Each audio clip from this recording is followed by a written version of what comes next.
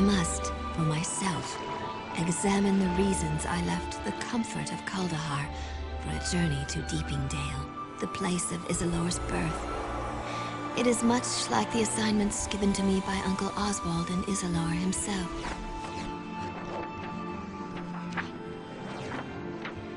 When Isilor left those lands near the Inner Sea for the spine of the world, he told his fellow druids he would send a student to replace him. This, I told myself, was why I left. But now, as I sit by the warmth of a fire in Mirabar, I realize what Isilor must have already known. I remember the details vividly. It started many years ago. The year was 1310 Dale Reckoning, when scouts from Burn Shander, the largest of the 10 towns, first reported sighting goblin warbands.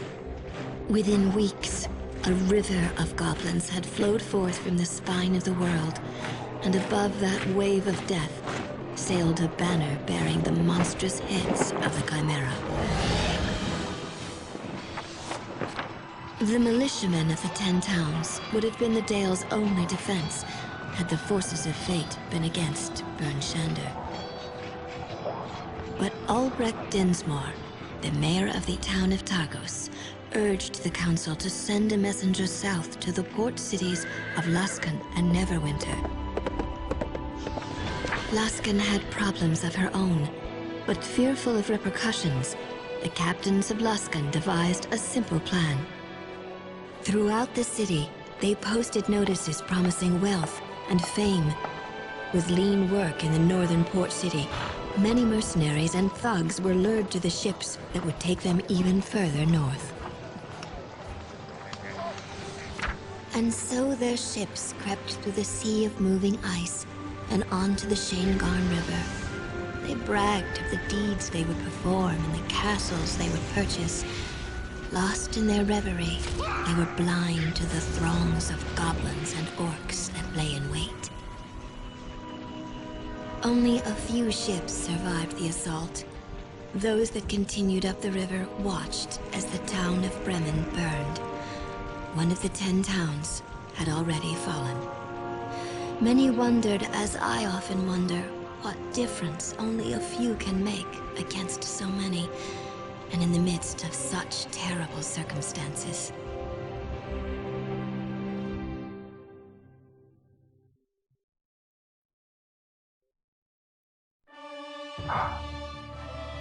Yeah, hello and welcome to a Let's Play of Icewind Dale 2.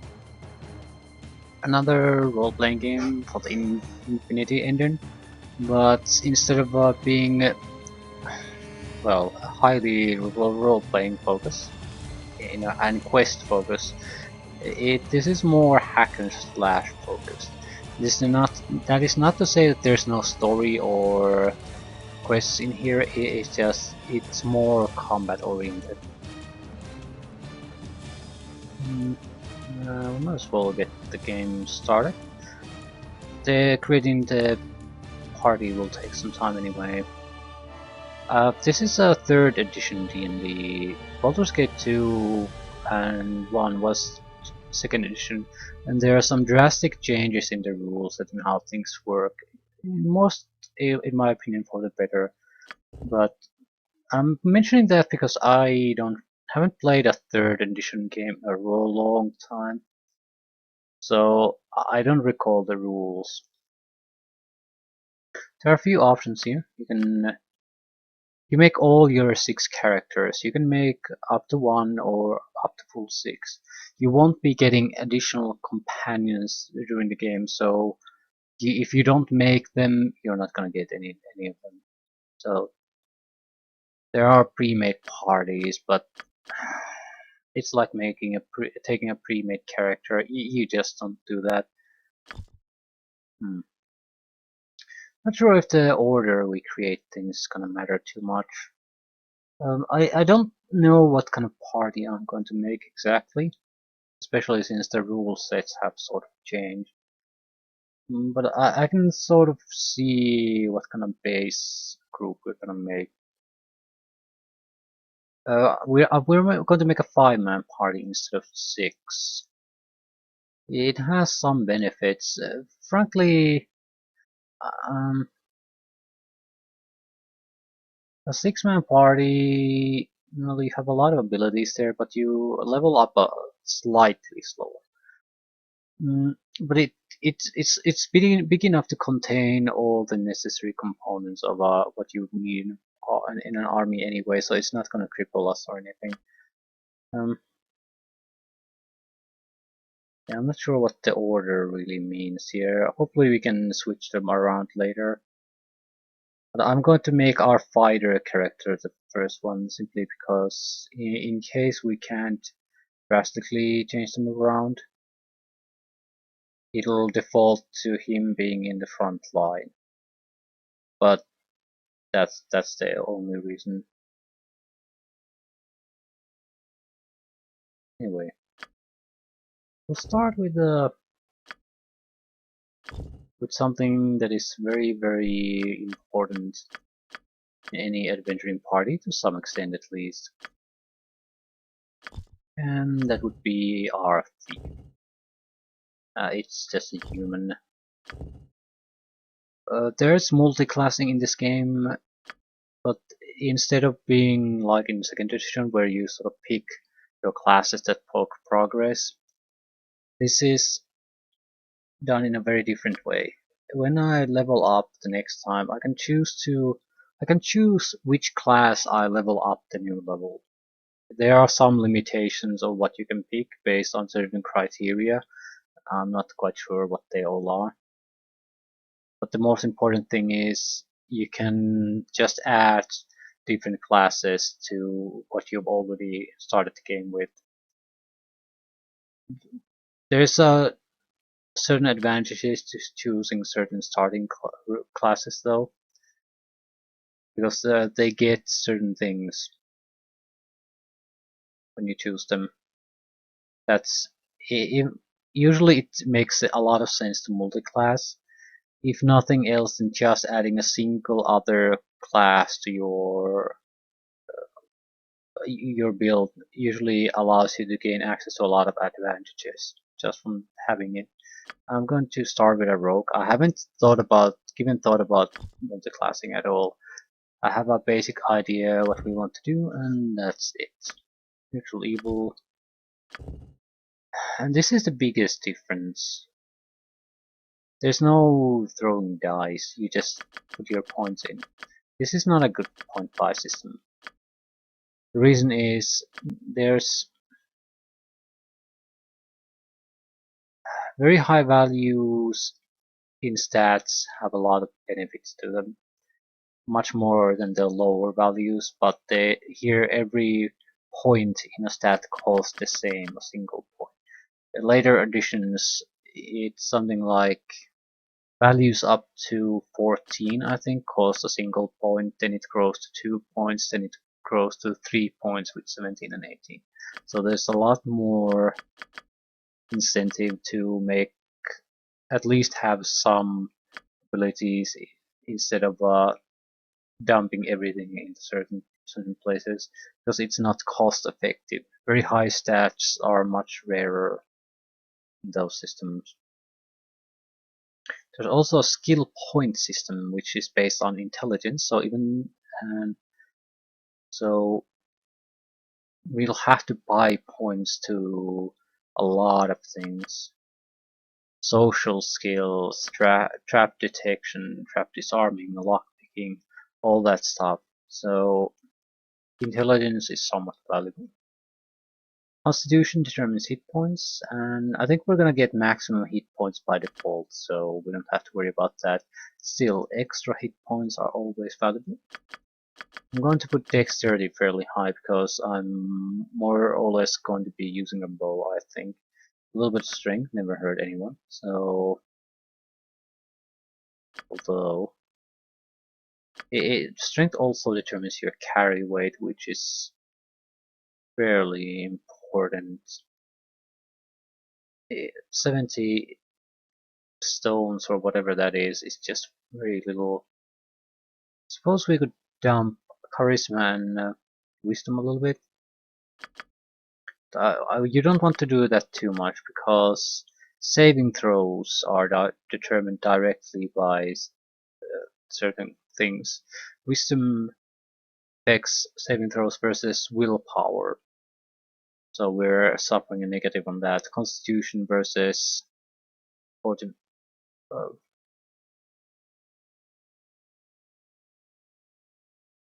I can't think of the word.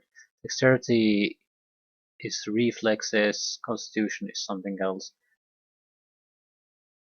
Yeah, the word just escapes me. So you don't want to dump on those too much. Sorcerer's Bards, not really all that important to us, so I want the extra hit points if I can, and I'd rather not take the saving throw negative, but I'd rather be smarter, so we have a lot of skill points on the rogue. It also makes it possible for us to multi-class into a wizard, but for that we probably should have more intelligence.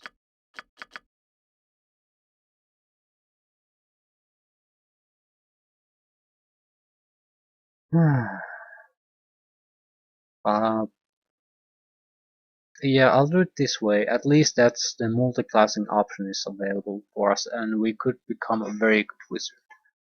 So, I don't know. We'll get a huge amount of skill points out of this. So that's at least something. 34. A rogue gets more skill points than others. I think humans get more, and since we have a high intelligence, we have pretty much as much skill points as anyone's going to get. Here are the skills. As you can see, there's quite a lot of them.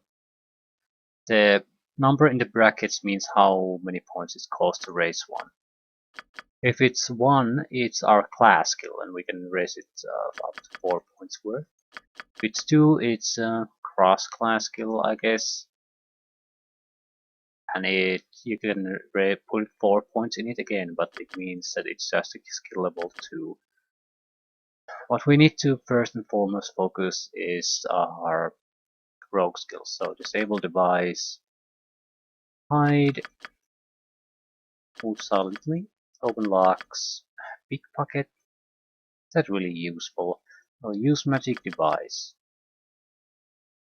We have maybe too many skill points. Search, secret drawers, traps, hidden chests, blah blah blah. Yeah, couldn't hurt. We can't save up skill points at this point. We'll have to use everything. Probably some dialogue skills wouldn't hurt. So blah, diplomacy.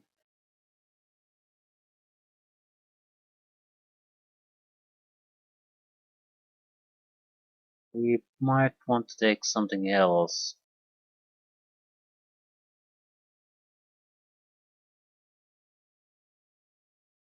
Pickpocket. Is it any useful? I don't know. We'll take it. Probably a piece of shit skill, but wilderness lore.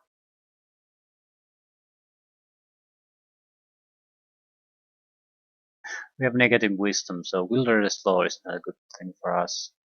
Spellcraft.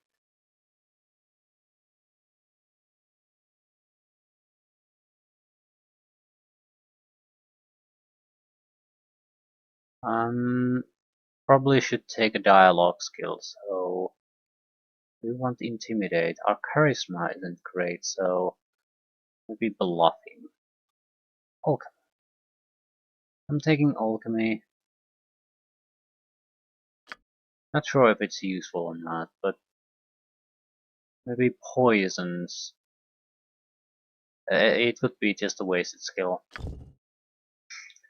And feats. Feats are a new thing. You have to pick feat from time to time. Weapon proficiency. We are proficient in light armor only. Uh, and we don't have the requirements to take a lot of skills or feats at this point. Uh, hmm. What we want What weapon skills do we have? Martial weapon bow. Okay, I'll accept that. Simple weapon, crossbow, mace, missile, quarterstaff, small blade, which means we can use them without having negatives on them. I probably should take a martial weapon. Can I take? There's no weapon restrictions based on class. What happen is, if I would have picked a fighter, I would have gained a single point in these right at the start.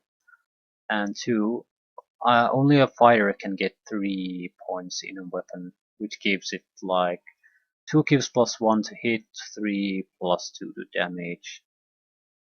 Maximized attack. Yeah, a lot of. If we're gonna focus on bow, we're gonna want rapid shots. Extra attack per round with a ranged weapon. Suffers -2 penalty to hit. Precise shot. Reduces the to hit penalty for firing in close quarters from -8 to -4. Yeah, I'm thinking of taking that.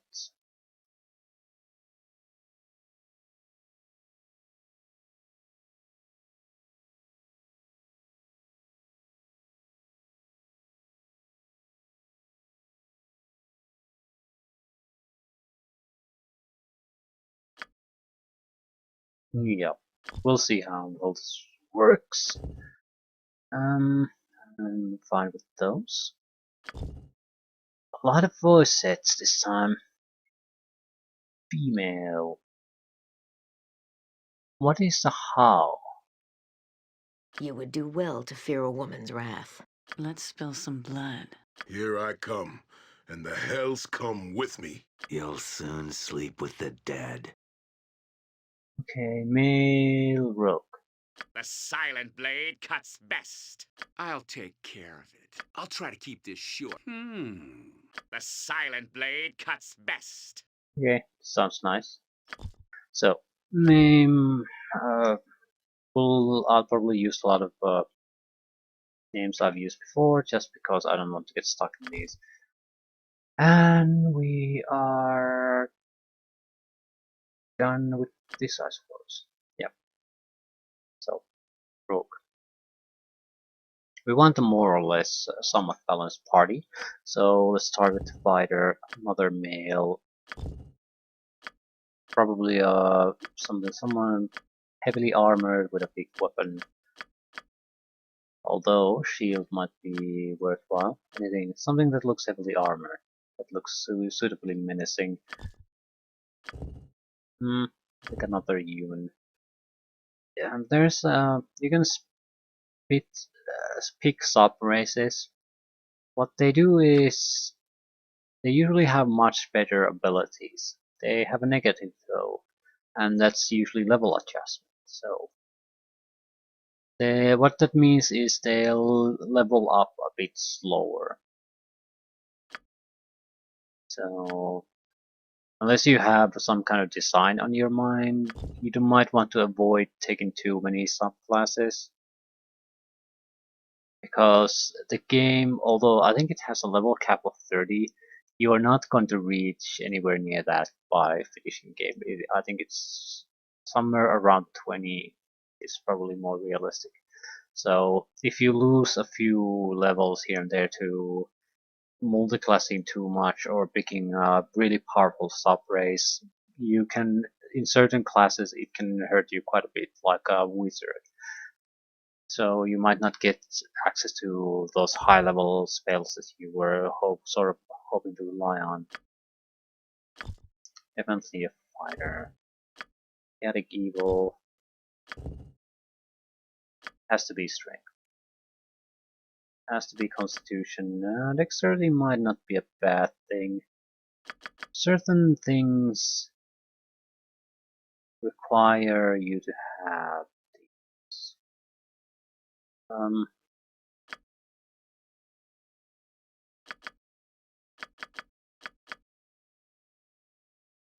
gonna go forward so I can get to the feats.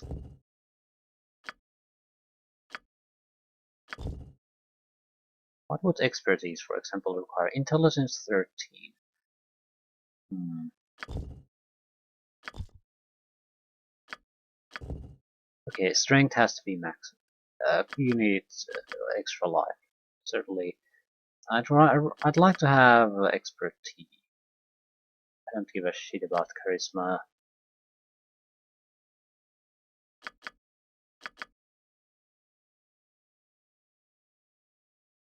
Uh, wisdom would help with our saving throws. Dexterity won't help too much, simply because heavy armor limits the amount of dexterity bonuses that affect your armor class. So very light armors also allow a lot of dexterity bonuses to come through. Heavy armors allow for very little or none. I'm taking 13 mainly to get access to feats, if that's possible. That's it. Charisma, that's low, is terrible. Probably should take intelligence or dexterity. Well, we might use both in certain situations. Let's see. 14 skill points. That's way too much for you.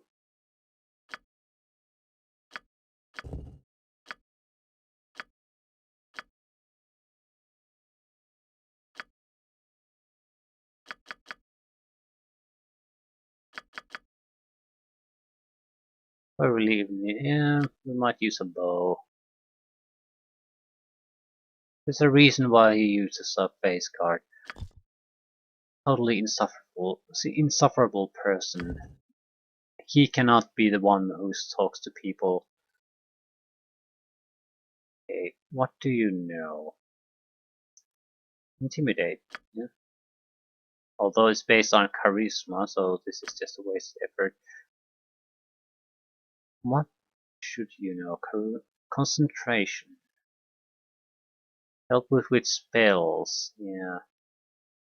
There aren't really anything. Well, might as well take the goddamn wilderness lore. Someone needs to take it. Well, actually, you don't.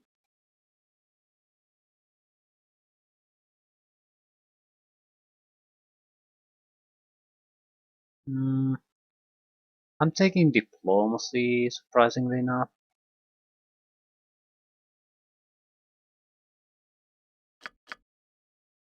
And intimidate. Because I don't really have points. I don't know where to stick those points. And there might be situations where we're forced to do dialogue with him. And we're gonna pay the price for the low charisma at that point. Again, armor proficiency, all three. Weapon proficiency, martial weapons, simple weapons, shields. So we didn't have to spend any points on those. No, not weapon finesse. What we want is weapon focus. Maybe two-handed weapon of some kind. Power attack.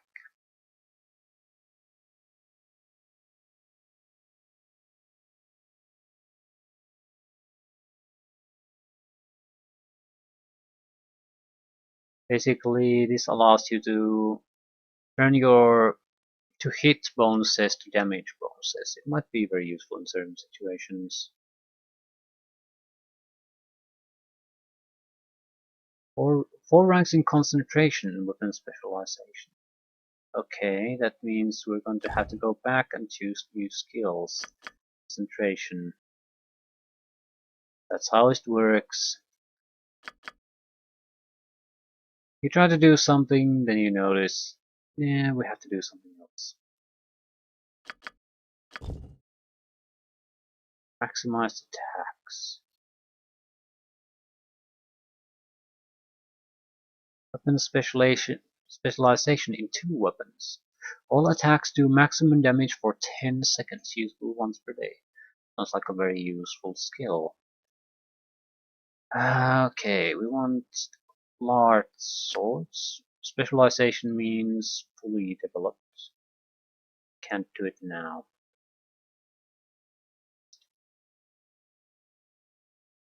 What does this actually include? I'm sure we'll find out. And large sword and great sword is a different thing. Great sword is two-handed sword, probably.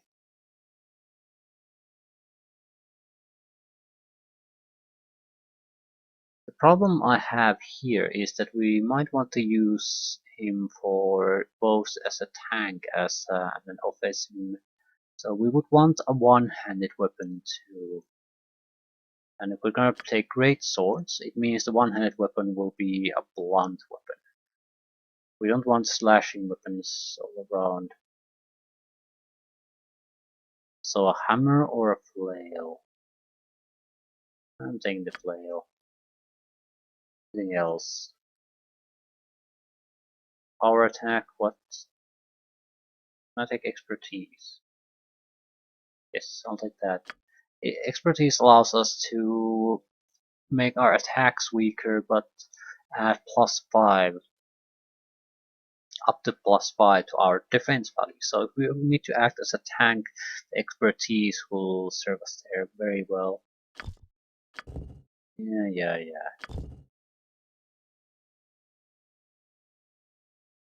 Maybe a barbarian. Yeah, Puny bug! and the name.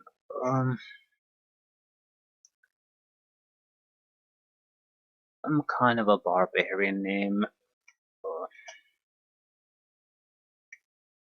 Kosarev. That's a barbarianish. Excellent. Now, what do we want next?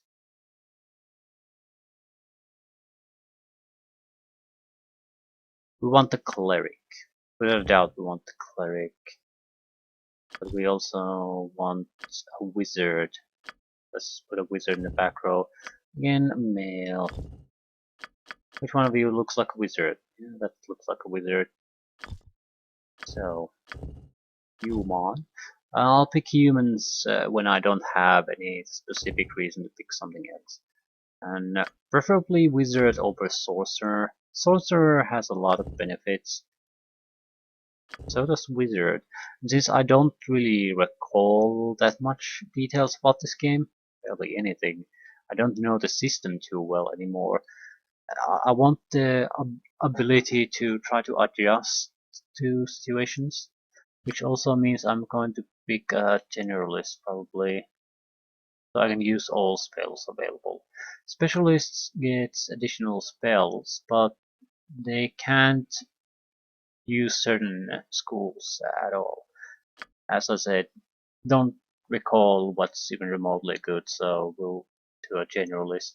It's a bit of a problem with the lower number of spells, but maybe we can compensate with adding another spell caster, the wizard type at some point.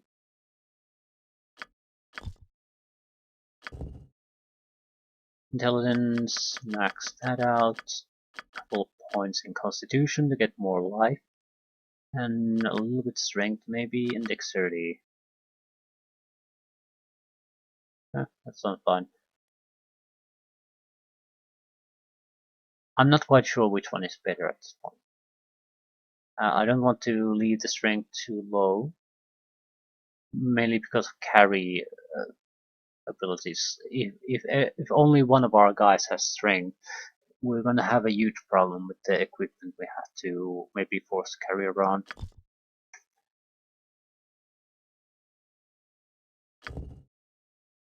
Okay. Spellcasting skills, spellcraft, knowledge arcana,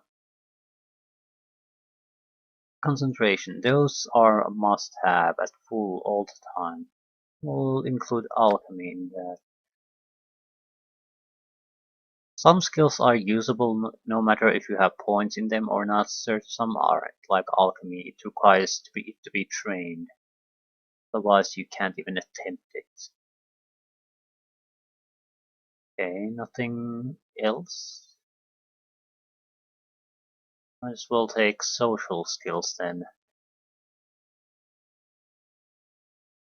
Diplomacy. And something else? Search. Yeah, why not? The spellcasting thing is a bit more complicated. Yeah, can cast spells with less chance of failure while wearing armor. This is probably good if you take a lot of it. I'm not gonna take it here. We don't know how to use an armor. Combat casting. You get +4 bonus to concentration checks while you cast a spell while being injured. Huh?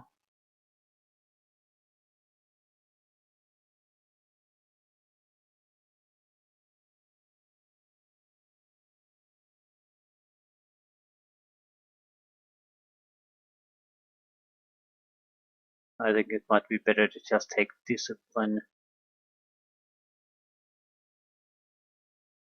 Wait. We don't plan on being in melee, so we're not going to really take a lot of abilities. Brute initiative.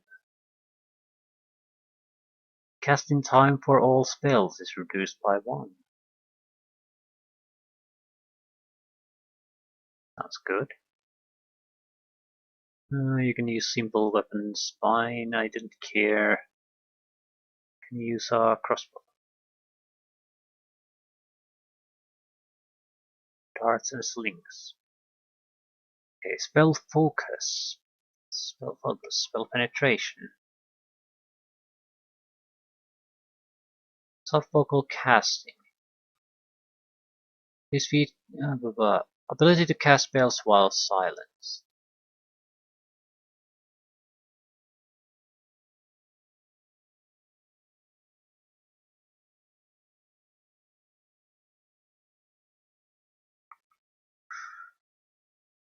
Um, hmm. Hmm.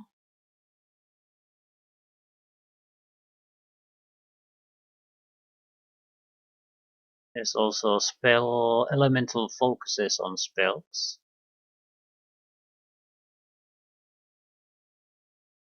Okay. Improved initiative. Spells casting speed reduced. I like that. It's only 1, but it's still 1 faster than the opponent is gonna cast. And with certain spells, the spellcasting can be very, very long. So I think it's a safe boosting bet. Not sure how good of an idea that is. Well, penetration is probably a good idea. This is if we want to. Okay, I'm not taking the initiative thing, not at least not yet. Spell penetration is, does your spell even affect the other guy? Spell focus helps with the saving throws. So it's sort of like magic resistance in Baldur's Gate 2 spell penetration. Is it going to even affect? Then this is a normal saving throw thing. Maybe we could do something with enchantment. So harder saving throws versus enchantment. That's +4, which means it's very hard for them to resist that.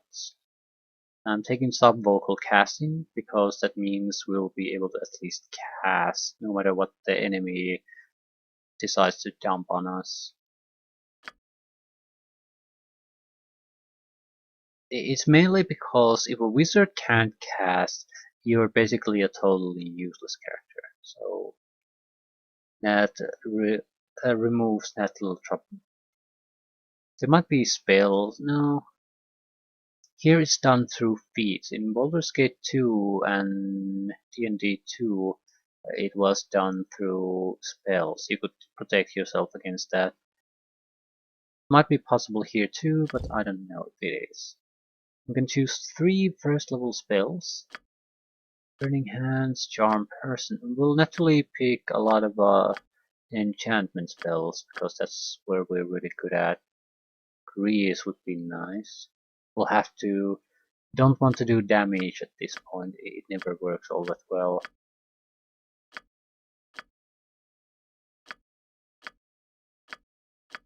Ooh, okay. Sleep. It's a very good spell on even on... Maybe charm person too, and then something completely different. Identify maybe. No, I want something very useful. Right at the start. Color spray. No, we have sleep for that. We want to kill something.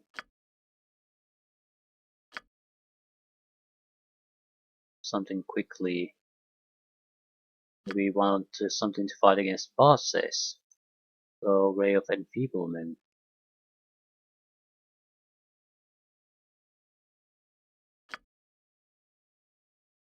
Let's go with the disabling. We can hopefully learn damage spells later on.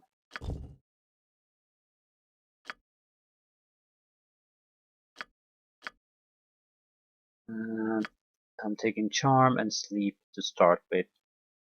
Humanoid of medium size or smaller. Will save negates the effect, which means this is here. Yeah, it's will, fortitude, and reflexes. Will is where casters are strong in will saves, so you wouldn't want to use these type of spells against casters. They would probably work well against rogue types and fighter types. Rogue types use reflex, so that would be direct damage spells, area of effect spells. They work very poorly against them, but others work better. Fortitude means poison, save, maybe instant death abilities. So you want to have a significant selection of spells to counter each of those saving throw types. So we have good spells against warrior type characters at the start, which is probably a good idea anyway. So a red wizard. To the pain. Ha ha! Watch your back! It is a shame that we must resort to violence. Come then. The battle is joined. Okay, sounds nice. Oh, yeah, a name.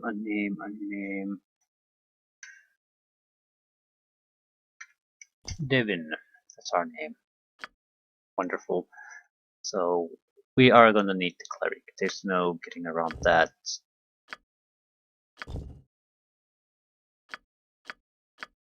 So, where's my cleric? No. That would be a decent cleric. I don't think the outfit is good for the northern climates though. The other clerics. That's a great looking portrait. A proper warrior female. I mean, it has muscles instead of being some kind of pathetic bone and skin with some tits on it. Okay, these are somewhat better. Interesting.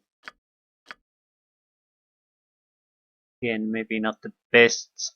Lack of pants. This is a far north in the game environment. Another solid priest there.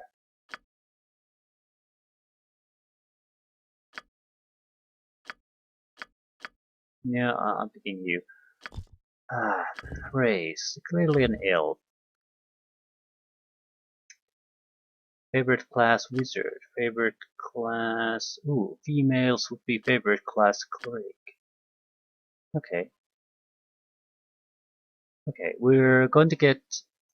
We're picking a drow, which is a painful sub-race in many ways. +2 dexterity, +2 intelligence, +2 charisma. Saving throw bonuses versus enchantment magic. +2 will saves against spells and spell-like abilities, +2 to search checks, spell resistance of 11 plus character level, immunity to sleep magic, proficient with large swords and bows but not crossbows, fairy fire 3 times per day, dark vision. Disadvantages: -2 to constitution, light blindness, -1 penalty to all attack roll saves and skills checks while operating in bright light. +2 Drow, level adjustment +2. Drow are more powerful and gain levels at a rate of about 2 levels behind other common race and Faerun. That's a huge negative, and on a Cleric no less. But we have only 5 guys, so I'm hoping it will compensate for that. Fingers crossed on that, because that's a big deal. And ooh, we have to pick so Painbearer of Ilmater, Morning Lord of Lathander, Silver Sarf Saloon, Helm, Ogma, Bane, Tempest Mask, Talos. So what I'm getting is good, neutral, evil, more or less. Maybe not quite that directly.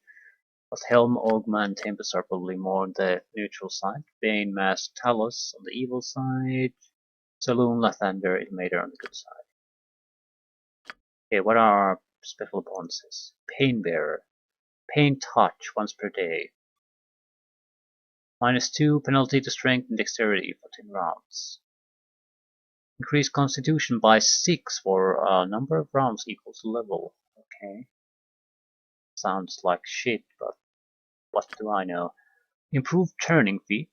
Lathander renewal once per day. Cures twice the cleric level in hit points. Okay, if we want a healer, sounds great. Can undead turning. Saloon Seed. Okay, freedom of movement that lasts 1 round per level. Sounds useful. Moon Shield. +3 bonus to spell resistance for a number of rounds equal to level. Again, sounds useful. +2 bonus to saves. +2 armor bonus. +2 armor bonus for missiles. And yeah, equal to level. That sounds good. Defensive abilities. +1 to alchemy, knowledge, and arcane. Yeah, alchemy and knowledge, arcana +1. Identify once per day. This is crap. Tyrant's Dictum. All save versus their will spells are +1 difficulty class. +1 to all buff diplomacy and intimidate. Okay, this sounds good.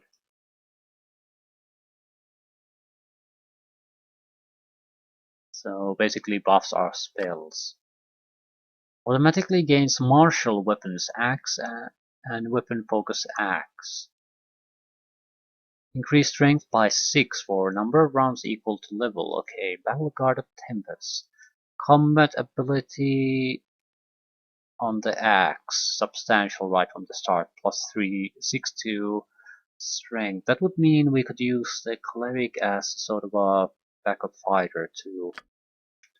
Okay, free blind fight, +1 bonus to, I guess these sort of make sense if you multi-class, if you want to. They would all favor the thief. Helas. 5 electrical resistance. The resistance system is sort of it could be, it's 5 slash a dash. It means it'll remove 5 damage from all incoming electrical damage. On the right side of the slash there could be some kind of marking, and that would basically narrow it down. So create a condition where that electrical resistance will happen. So if there's nothing there, that's the best possible situation. It applies in all situations. +2 bonus to hit and damage to self for a number of rounds equal to level. So I'm thinking of taking the Red Master of Bane, because the saving throws would be diminished. All saves versus their will spells are +1. Yeah, blah blah blah, whatever. Let's go. Alignment. Yeah, that has to be of some kind of evil. Psychological evil. Constitution negatives.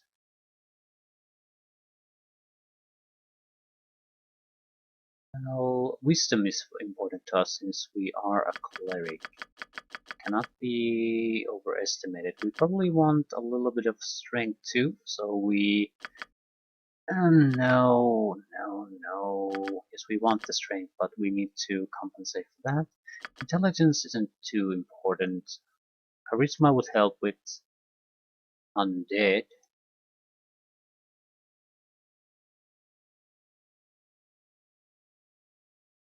Bard and sorceress. A bit more from it though.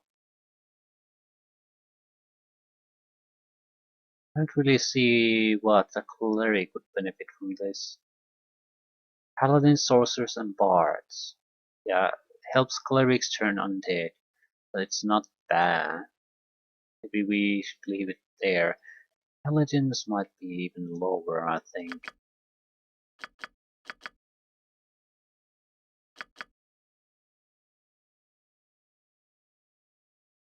Okay, I want more constitution and strength. Another new thing about this system is that you can gain extra ability points as you level up. I think 1 for every 4 levels. You can raise your attributes later on. I'm dumping a little bit on my intelligence to get more strength. I want to keep the cleric as a viable frontline fighter.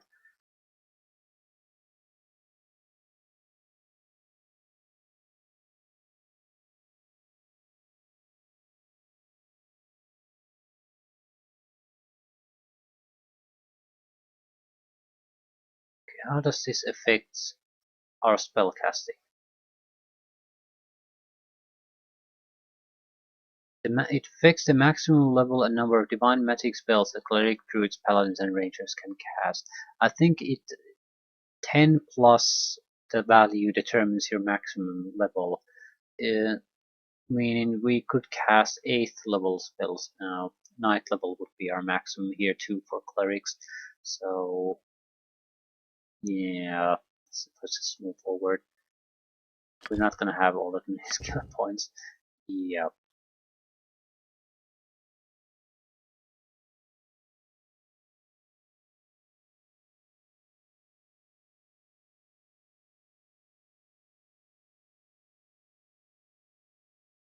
Everything is gonna be dumped into concentration. That's it. Only 1 feat though. Armor proficiency. Combat casting. No. What weapons can we use? Bow, large sword. Well, that's something. Probably use a sword and shield system anyway. Or a club or a shield or something and shield. Maybe subvocal casting again to guarantee our ability to cast even if the enemy tries to do kind of silencing crap on us.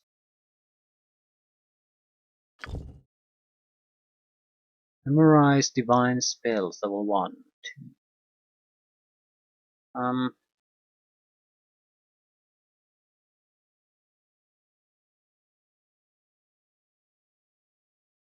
Shit, I'm thinking of doing things a little bit differently. Crap. Alignment wise. Yeah, I think if I choose Cleric, I can tell the reason why. Spontaneous casting. Clerics can convert their spells to cure if good or neutral, or inflict spells of the nearest level when the player shifts clicks a spell. That's the reason. I want to be neutral, local neutral then.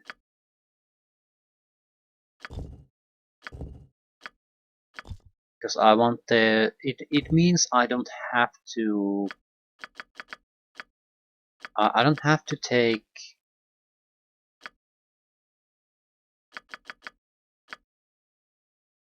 healing spells in my spellbook, because I can spontaneously change things.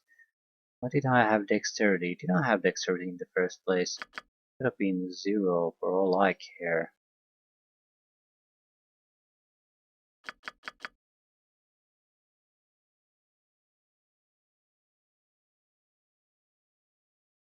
Hit points or strength.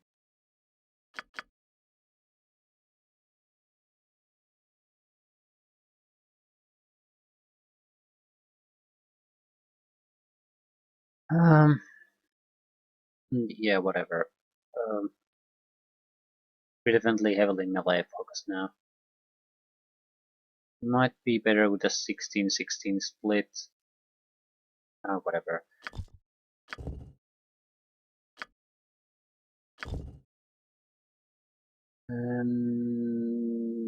Subvocal cast.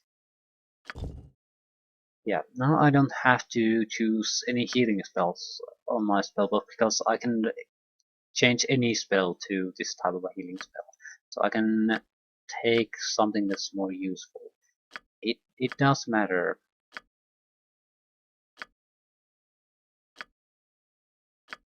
It does matter quite a bit.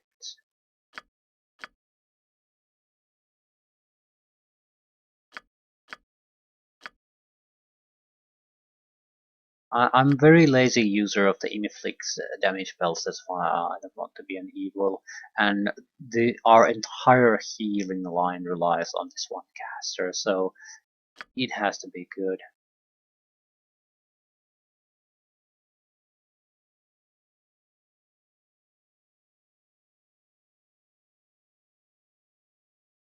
We are going to do what? Maybe summon creature, maybe less. 1 minute per level.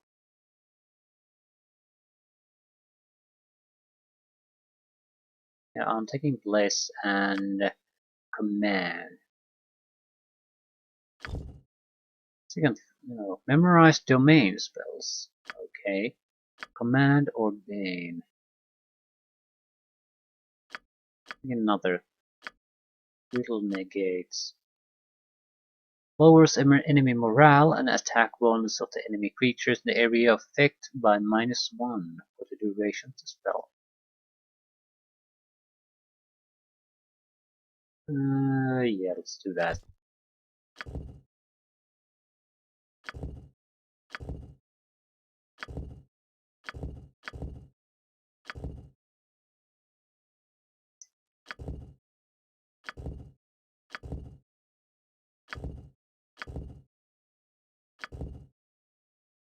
Next.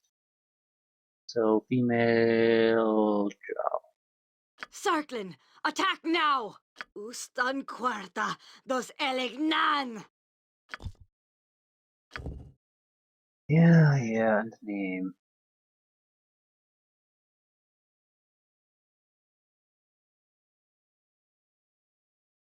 Yeah.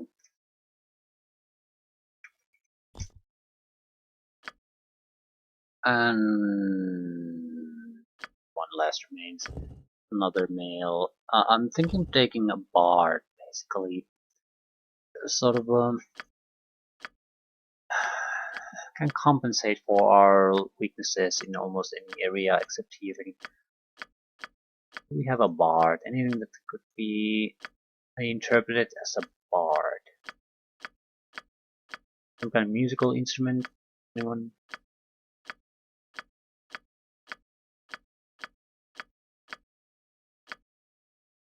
That might be a bard, or it might be a monk.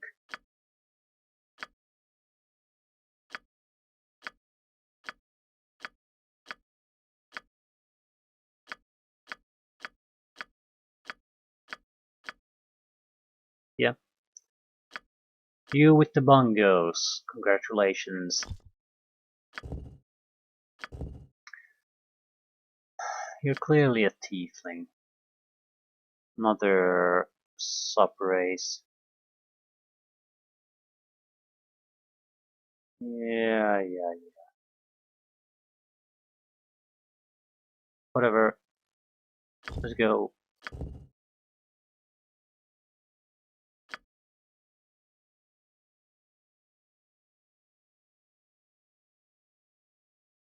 Bard should be very good at almost anything, and the songs can be extremely useful. So, chaotic neutral.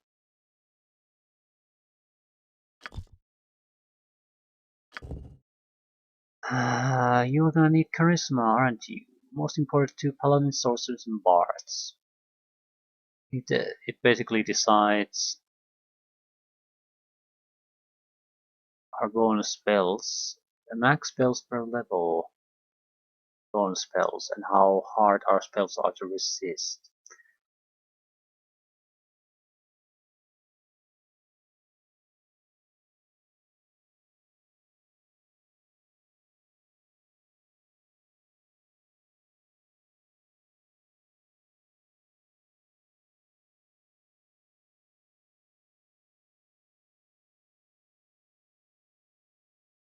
Hmm. Yeah, are we? What's the maximum level spells on a bard? I don't even know.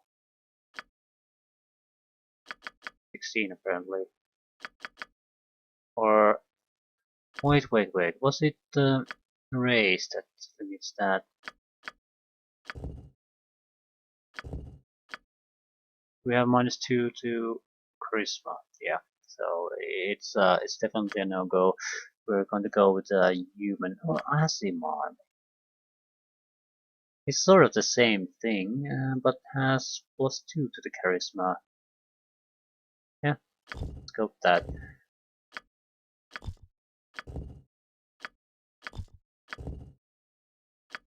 Much better. What do we get from that anyway? Hmm.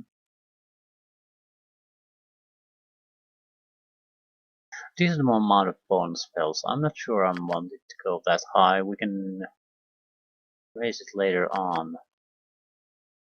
A little bit of intelligence.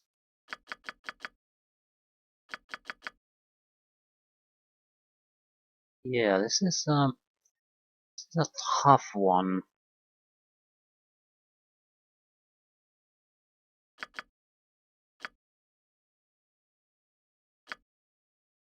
We want some strength and constitution because we can then use the bastard as frontline fighter at least a little bit. Intelligence should be 13, so just we can get expertise. He isn't that good of a frontline fighter. We could. I don't know the maximum spells a wizard can even learn. That's a big goddamn problem. I probably should check that right now.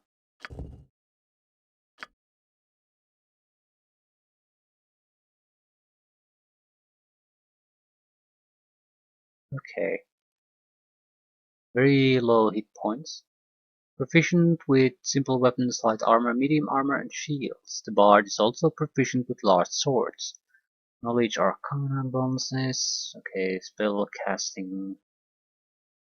Bards gain the ability to cast minor wizard spells. Wearing a suit of armor prevents Bard from accessing their spells. We might be able to circumvent that to a little. Bard songs. That's what I'm really interested in.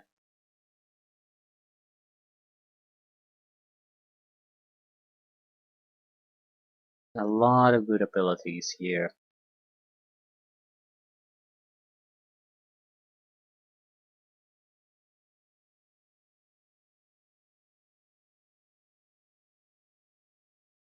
Okay, bards are not as effective in hand-to-hand combat as warriors or priests. Bards have slower access to spells than wizards and priests. So, what's the? It doesn't say what the level is. I'm going to guess it's 6 because that's what it was in the previous edition, but that's just me pulling a number out of my ass, so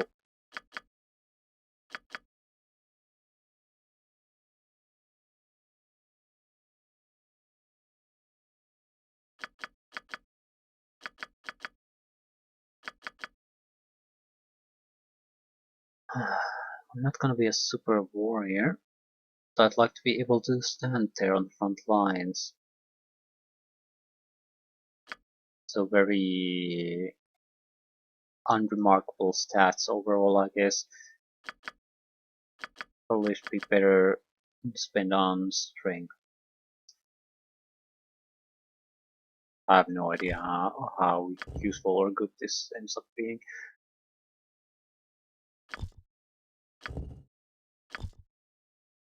I'm not super happy with the stats. What do we need wisdom for?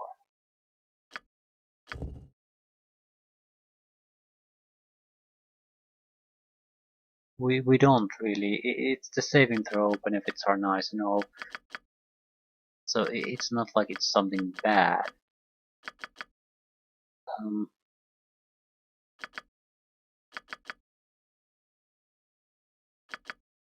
But I'd like the higher charisma since we are a bard.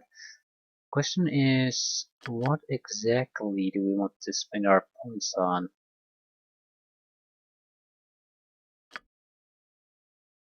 Okay, let's see what we can make with this. You are our basically more or less a diplomat. Use magic device.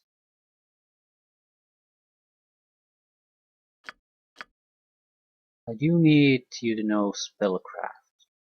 Concentration probably. Yeah. Knowledge Arcana. Someone already knows that. We'll at least take a point there. Just so we can have it. Spellcraft. Need trained.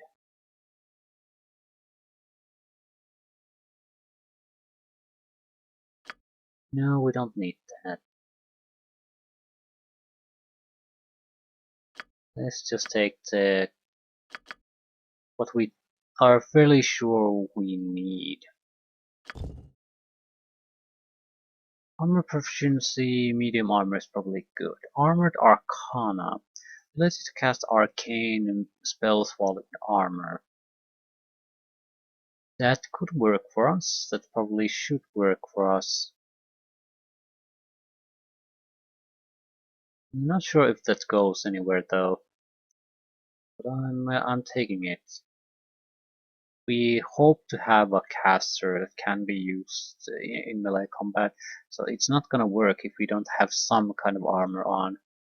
Which means we need to be able to reduce the spellcasting failure.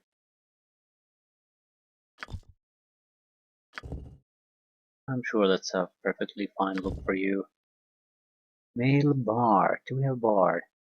My cunning so strong, my savvy great, while I am nimble as I am quick, and how you die is my next trick. Wonderful. So, what's your name?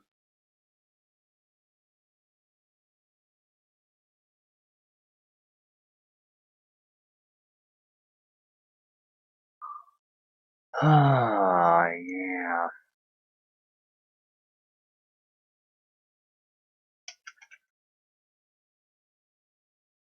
It's a bard. It deserves a little bit more complicated name.